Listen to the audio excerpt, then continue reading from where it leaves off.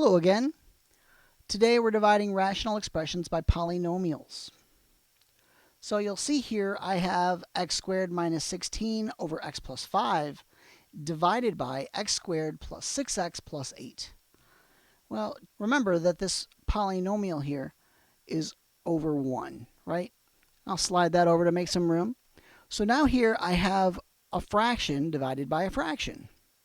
Well, remember, a fraction divided by a fraction is really multiplying by the reciprocal. And what I mean by that is I can take our first fraction, which is x squared minus 16 over x plus 5, and I can multiply that by the flipped version of the second fraction, which is 1 over x squared plus 6x plus 8. Now what I want to do is I want to look at all the pieces, like the numerators and denominators of our fractions, and see if I can factor anything. And on the top of the first fraction, for the numerator, I see that it is x squared minus 16, and that is a difference of two squares. So I can factor that into x plus 4 and x minus 4.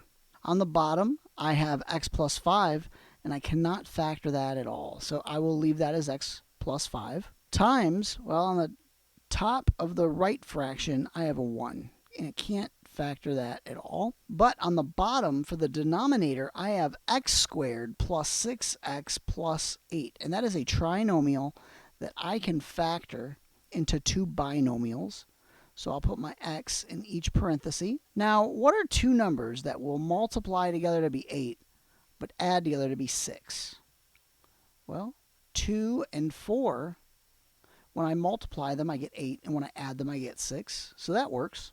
So now, if you'll remember how to cross-cancel, if you have a factor on the top of one fraction and on the bottom of another fraction, like this x plus 4 and this x plus 4, then you can cancel them out. And now we're going to look for other factors to cancel, and it looks like there's nothing left to cancel. So on top, I'm left with x minus 4 times 1, which is just x minus 4.